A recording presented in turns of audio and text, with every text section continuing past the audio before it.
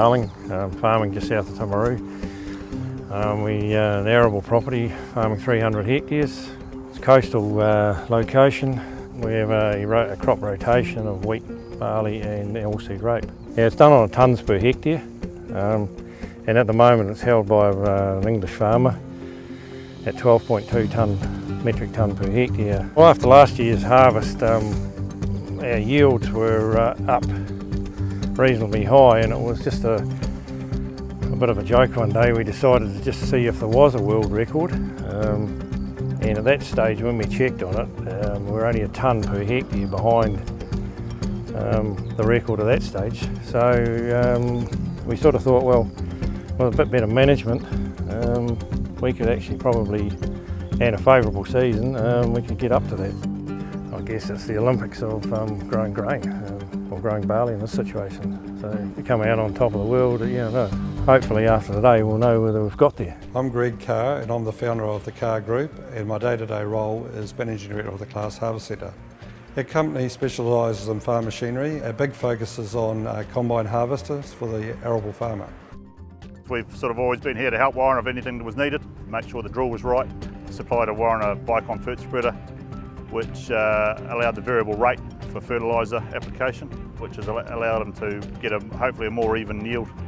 When Warren mentioned that he was going to go for it, we had to make sure the drill was set up correctly and was going to get down to the seeding rate he wanted, but we went back to the factory and ultimately got that sorted, which Warren was happy with.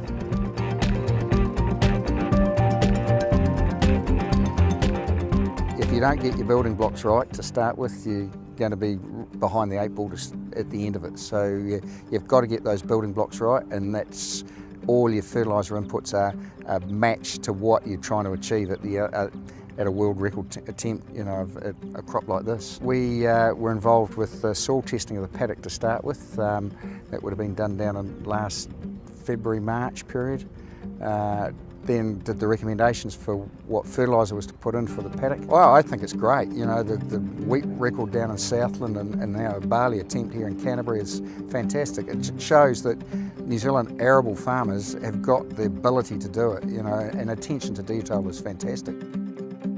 My job is to verify everything that's going on, make sure it's done to the letter as required, make sure any paperwork is above board and that everyone does their job. I think I'm just part of one of the many cogs in the wheel, and obviously Warren's done all the work and teeing everything up, and he's done a great job.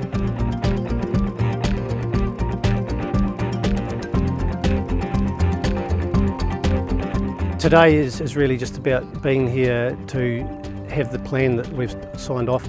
The area itself has to be certified by a licensed surveyor. So we have a series of control marks that we've checked onto, and the area is orientated in relative to that local circuit, which is in this case Timaru 2000. It's fantastic. It's great for South Canterbury, great for the landowners and great for everyone involved. Rabobank's sort of been a banking partner with the Darlings now for over eight years. And over that time we've seen the Darlings fine-tune their farming systems, and that in terms of the increasing their productivity but keeping a lid on their costs to do that. The key thing for us is that they've been able to increase productivity in a sustainable and environmentally friendly way.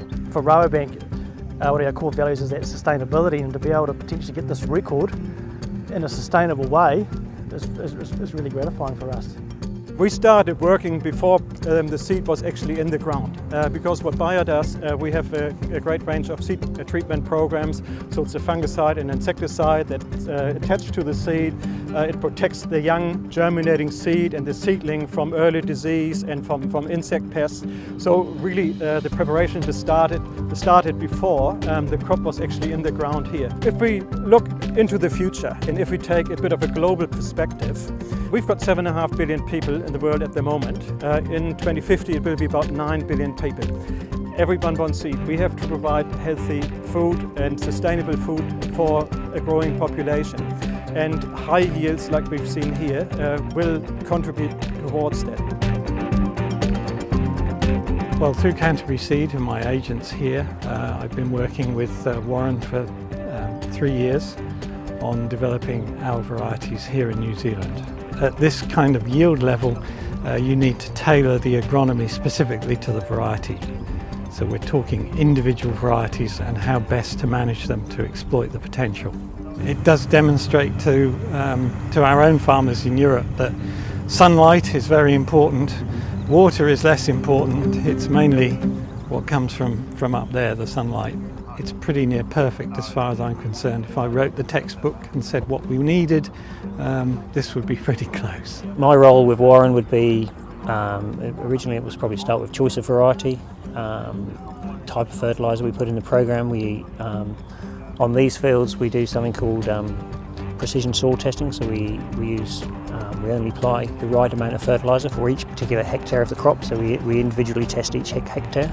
We do variety, seed rate, and then take the crop through from weed control right through to disease control. When I go back to the UK, which I do quite regularly, the guys there always ask me why are the world records here, and it's because it's just a lovely place for things to grow.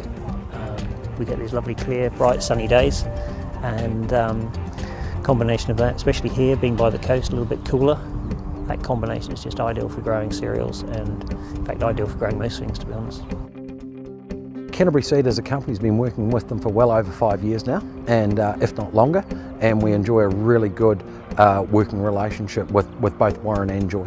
I think it's significant on a global scale. I think it really highlights and showcases New Zealand agriculture to the world, that we are very capable, competent growers down here in this part of the world, and we can certainly foot it with the best farmers in the world. I just think that it's very courageous of Warren and Joy to attempt this. They've put a lot of time, energy, planning into this, and like I say, this has been half a decade in the planning from I guess Warren and Joy's farming practices, and also the other stakeholders that have helped Warren and Joy.